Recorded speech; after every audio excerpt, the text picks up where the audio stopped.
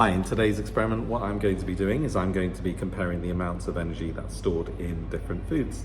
Now, our bodies get the energy we need from the energy stored in food, and different kinds of food store different amounts of energy. So I'll take you through the method, I'll show you all of the results, and I'll also talk to you about how the method can be improved as well. But here we go, burning foods. So here I've got the setup, and all I need to do is just start it off. The piece of food that I'm testing underneath here is a biscuit, and it's on a mounted needle. The mounted needle consists of a bit of plastic as a handle, and you've also got a needle which is just holding the biscuit. That means that it won't be any danger to anyone that's trying to do this experiment, because we'll be able to stand at a safe distance while the biscuit is alight. I've got my boiling tube here, and I've got a thermometer just measuring the temperature of the water. Just give it a quick stir just to get an accurate reading of the water itself, and it is reading at 24, right on the dot, 24 degrees centigrade. So I'm just going to copy that down onto my table. On my table here I can place in the first column biscuit, and the temperature at the beginning is 24.0 degrees centigrade. Don't have to put degrees centigrade because it's at the top of the table here. Now, once I do the experiment, I will measure the temperature at the end. I will then record that here, and then I will work out the temperature difference by taking away the temperature at the beginning from the temperature at the end. Now, it will be a positive number, so I'll be able to put a plus here and then write the actual difference between the temperatures, and be able to then use that as an indication that the temperature did actually go up. Just a quick shot just to show you what's happening, what the position is. And this is from overhead as well, so you can see that the biscuit is right underneath the boiling tube. The water has just been measured off at 24 degrees centigrade. All right, so we're just about ready to go. So I do have the use of a safety screen here, not because we're expecting anything to go particularly wrong, but the safety screen will also prevent drafts. The drafts will cause the flame to move sideways, and it won't actually allow the flame to meet the boiling tube. Okay, so the easiest way to do this, because sometimes what happens is the flame goes out on the food. So the easiest way to do this is to light the actual food piece and then switch over to the water and try and catch as much of that flame as possible. I'm going to assume that the heat from the spirit burner is just rising and is not actually affecting. Okay, got a lovely flame now.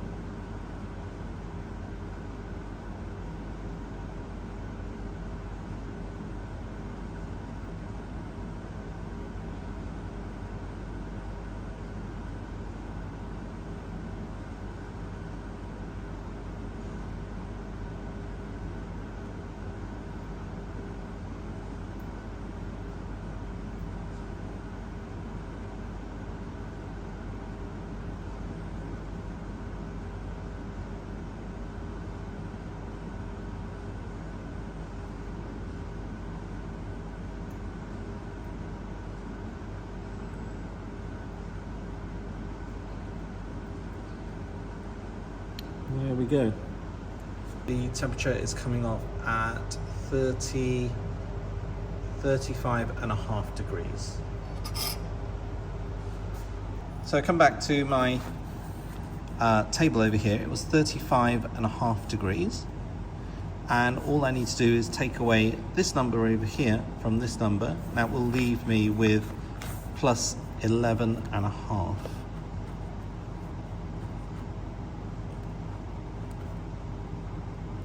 So the temperature difference there is an increase of 11.5 degrees.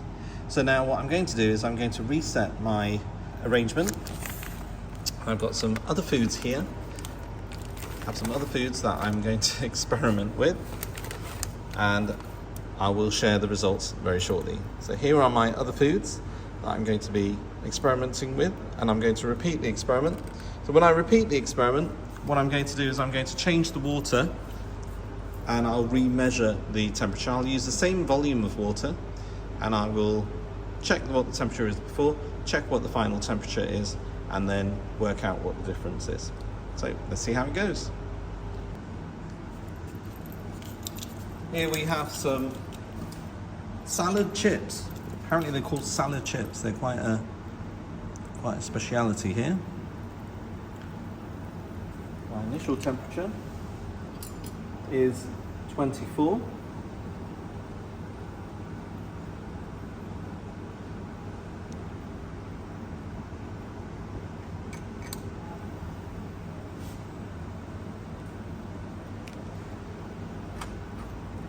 What's interesting is that there's some drips, and I think that's dripping of oil. So that could be an error. The oil could contain some stores of chemical energy.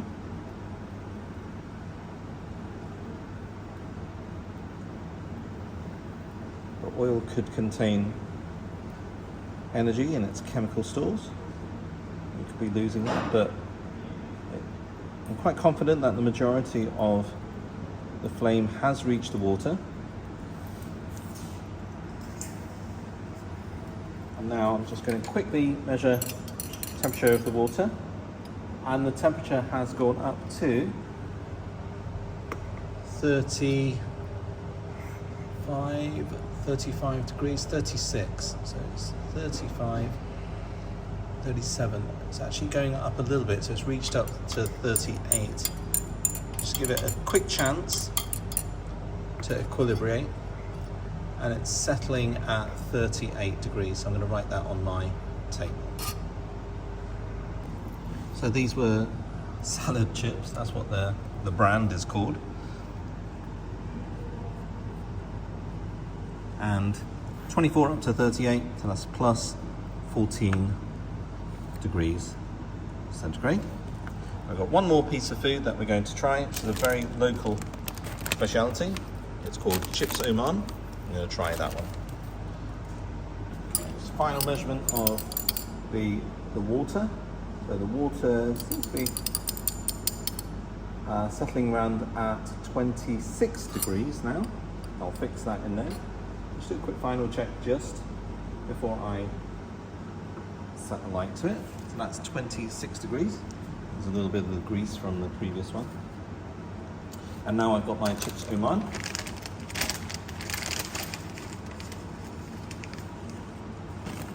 So these are quite tricky to pierce with the needle. Sometimes you don't get very good luck.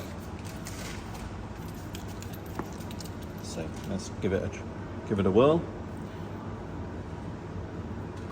Sometimes you do, sometimes you don't. There we go. We're quite lucky. You find that you have stale chips, stale crisps. They don't actually pierce through. And if you give the needle a bit of a twist,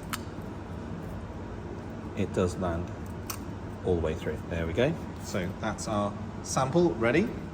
I'll be burning it from this height here. I'll do a quick measurement of the temperature. It is indeed 26.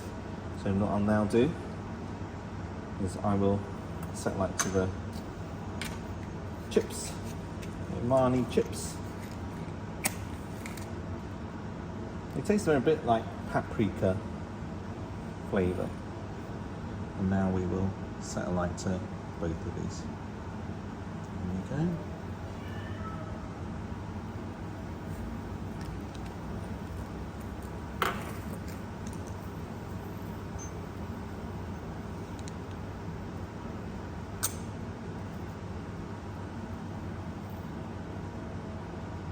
That is a massive flame there. Let's put it here, just in case there's a draft. Ooh, okay. I think it's just gone out. There you go. Those are your chips.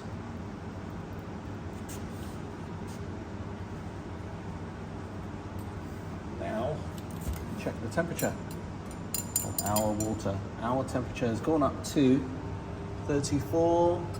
It's going up to 33, I think. Let's have a look. 33, it's between 33 and 34. Give it a quick stir, just to make sure that we're measuring a big sample of the water, and it is hitting 34 degrees. So it's stabilizing at 34. So that is an increase of 8.0 degrees centigrade. Okay, so a couple of things for us to consider. When the food burned, the energy stored in it was transferred to the water and made it hotter. So the food that gave the highest temperature was the salad chips. This is the food which stores the most energy.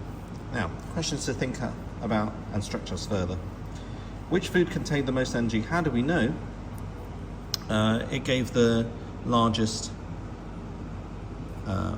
temperature difference.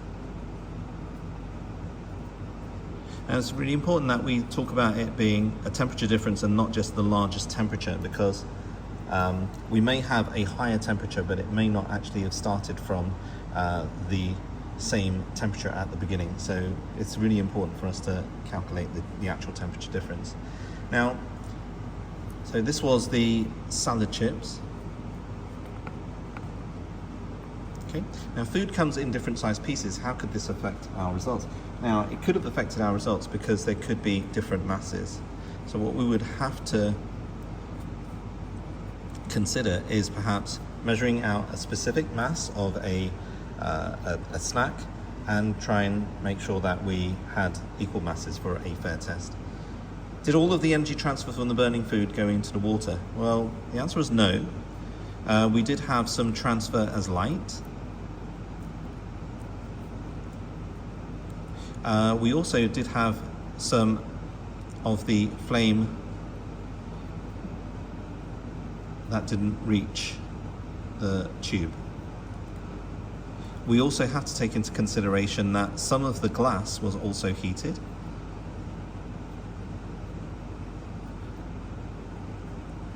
And that could be escaping through the glass. It may just be escaping upwards and not pass through the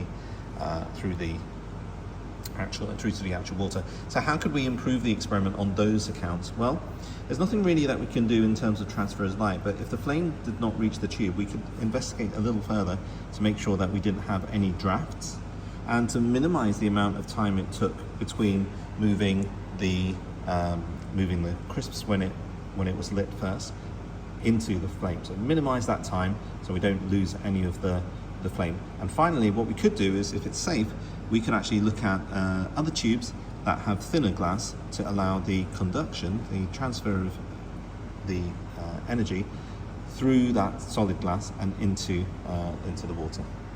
We've carried out a fair investigation, as fair as possible, but sometimes this experiment can go a little bit haphazard. You do have to adjust quite a bit. We've been able to draw a conclusion from the results that we've actually got, and we also successfully evaluated our methodology. It wasn't the best, but that's what science is all about. It's about trying to improve and trying to get to the final sounding. Very interesting note to say that when they actually do this in food science, they use a piece of apparatus called a calorimeter. It's actually called a bomb calorimeter. And so what happens is they actually seal the food. It's a set mass. They seal it inside a chamber, and then they burn it completely in an excess of oxygen gas, which is required for the flame. So all of the values that you see on a food sample are actually taken through bomb calorimeters. And that draws this to a conclusion. Thanks for watching. Hit that like and subscribe. Bye.